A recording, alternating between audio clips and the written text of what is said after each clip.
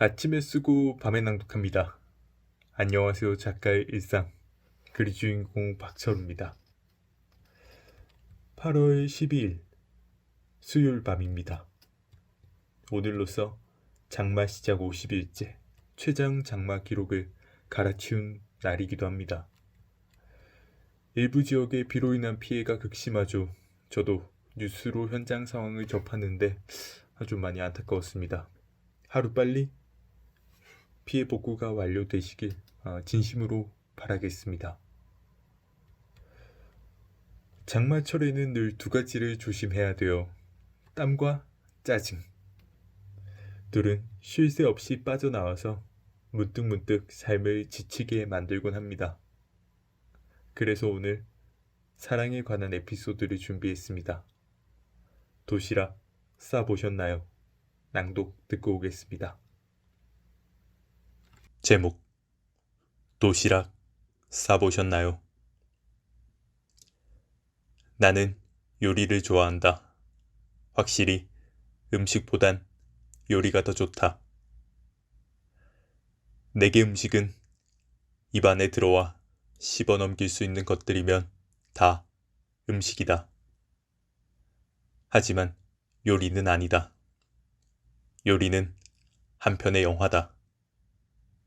도입부는 대형마트에 가서 장을 보는 장면으로 시작된다.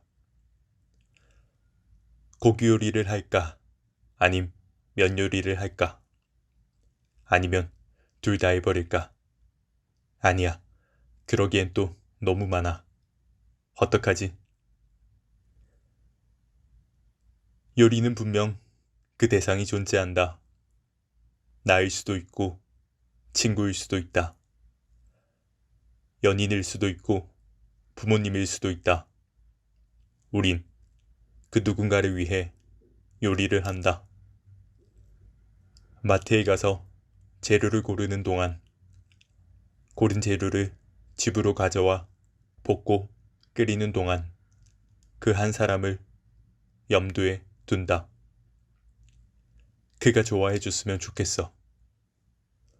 아마 모든 요리사들의 마음일 것이다.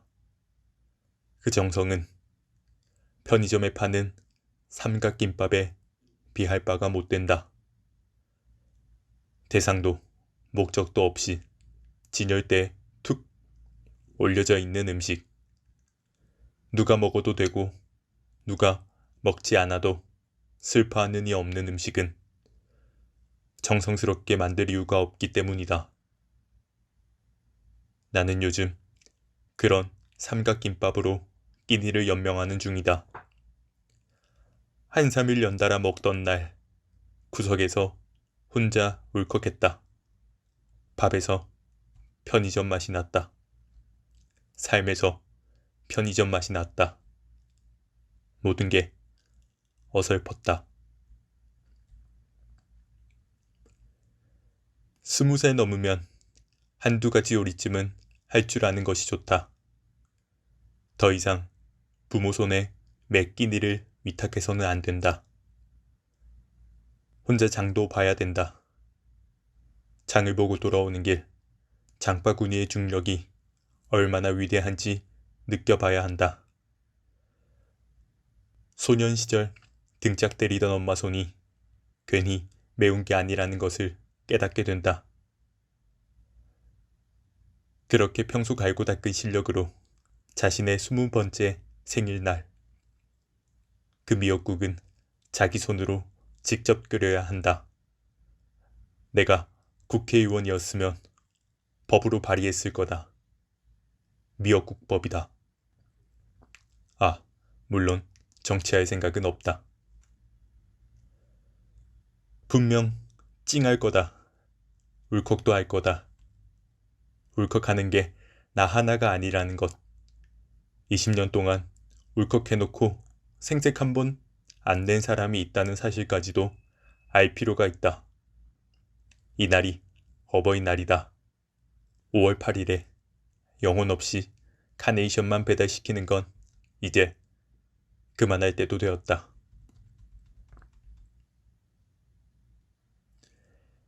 요리 안에는 마음이 있다. 삼각김밥 안에는 없는 걱정이 있다. 안부가 있다. 사랑이 녹아있다. 좋은 사람을 만나면 좋은 요리를 대접해주고 싶다. 우선 그 좋은 사람이 나였으면 좋겠다. 아침은 커피로 대신하더라도, 점심은 밖에서 끼니를 대충 때우더라도, 저녁만큼은 내가 나한테 손수 대접하고 싶다. 그 밥 얻어먹을 자격 있을 만큼만, 딱 그만큼만 살아내자. 내 삶의 작은 신조다. 그 다음, 당신이란 사람한테 요리를 대접할 거다. 나는 충만한 사람만이 타인의 빈 공간을 메꿀 수 있다고 믿는다. 그래서 밥 대접도 나한테 먼저 하는 거다. 당신은 두 번째다. 그렇다고 서운해할 건 없다. 항상 처음은 시행착오가 있을 수밖에 없다. 뭘 해도 두 번 하면 잘한다. 그러니까 당신에게 대접하는 밥이 나한테 대접한 밥보다 맛 좋을 가능성도 다분하지 않은가. 내게 관계 맺기는 요리를 대접하고 싶은 당신을 찾는 행위다. 그 당신을 연인에 한정시킨다면 그건 너무 촌스러운 발상이다. 나의 하루에 개입한 적이 있다면 당신의 요건은 이미 충족되었다. 다만 그 중에 내가 선택한 사람만이 내게 당신의 자격이 주어진다. 가게에서 밥 한 끼 사는 정도야 누구한테도 할 수 있다. 비즈니스 관계에서 흔히 할 수 있는 일 아닌가. 그렇지만 요리는 다르다. 볶고 끓이는 행위는 정성 없인 안 된다. 경제적으로 따지더라도 밖에서 사 먹는 밥이 더 싸게 치일지도 모른다. 그럼에도 시간과 돈을 써 장을 보고 요리를 한다는 건 당신을 좋아하기 때문이다. 좋아하지 않는 사람에게 돈을 쓸 수는 있어도 시간을 쓸 수는 없다. 돈을 쓸 수는 있어도 정성을 쏟을 수는 없다. 손편지가 감동적인 이유다. 예전에 모 고등학교에 강의를 하러 간 적이 있었다. 대강당에서 나는 폼 잡고 2시간을 떠들었지만 아이들은 크게 관심을 보이지 않는 듯 했다. 내가 재미없는 사람이라 그런 것은 아니었다. 나는 그렇게 믿는다. 고등학교는 평소 6교시까지 수업이 있다. 일주일에 딱 하루 7교시 수업이 있는데 학교 측이 하필이면 그때 강의를 잡아둔 것이었다. 아이들은 심통이 난 것이다. 무려 1시간 집에 늦게 가는 것도 서러운데 휴대폰 사용도 못하게 하지 처음 보는 사람 이야기에 집중까지 해야 했으니 아이들 나름 여간 힘든 일이 아니었을 것이다. 아무튼 강의가 끝났다. 아이들이 앉은 좌석을 가로질러 뒷문으로 빠져나가려 했다. 중간쯤 지났을까 한 여학생이 내 손을 덜컥 잡는 것이 아닌가. 깜짝 놀랐다. 이 기분이 뭐랄까. 아무튼 소리를 안 지른 것만 해도 천만다행이었다. 너무 없어 보일 뻔했다. 손을 놓고 보니 내 손바닥 안에 작은 포스트잇이 들어와 있었다. 아이는 쑥스러운지 손을 놓고 내 눈을 마주치지 않았다. 나는 이게 무슨 상황인지 파악하는데 꽤 오랜 시간이 필요하리라는 것을 직감했다. 그래서 마저 걸었다. 제자리에 서서 모두의 관심을 끌고 싶지 않았기 때문이었다. 손바닥을 펴보고 싶은 충동은 참기 힘들었다. 배웅해주러 따라 나온 선생님들께 서둘러 인사를 건네고 강당을 빠져나왔다.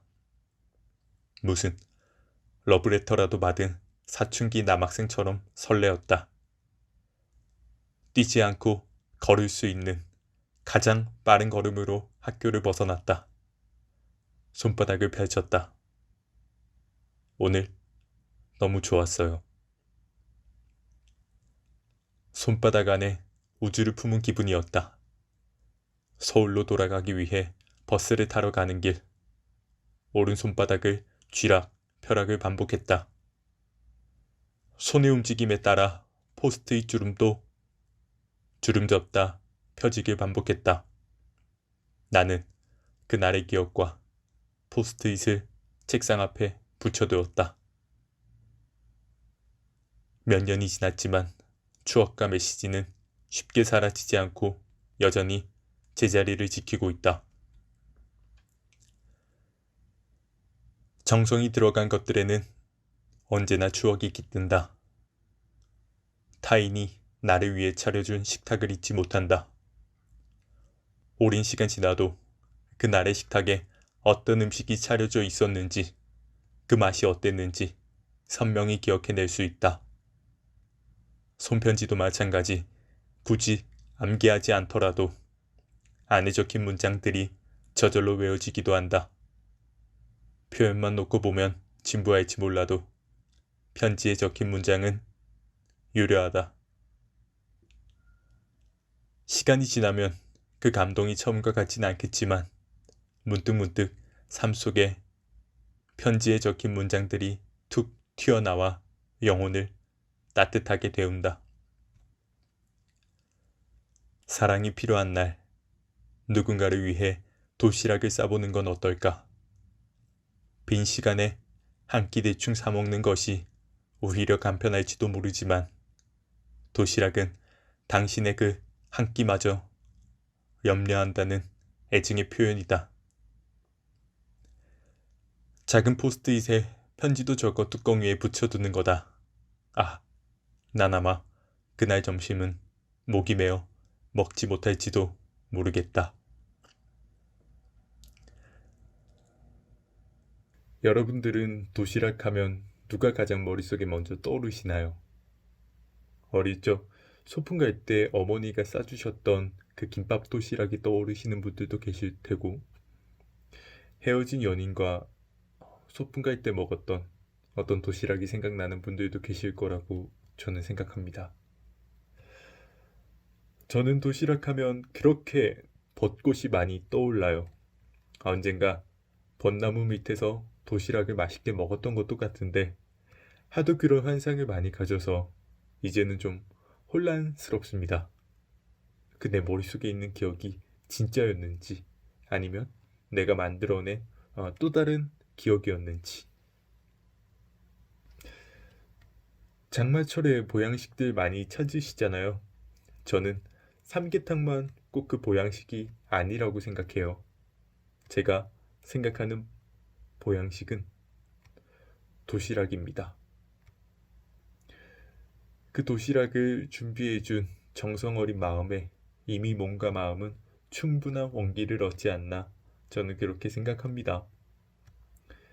무더운 여름날 정말 많이 무덥지만 사랑하는 사람을 위해서 도시락 한번 싸보는 것도 저는 괜찮지 않나 추천드립니다. 항상 무더운 여름날에 청취자 여러분들은 몸 조심하시고요. 저는 몸보신 할 수 있는 글로 다시 돌아오도록 하겠습니다. 글의 주인공 박철호였습니다. 감사합니다.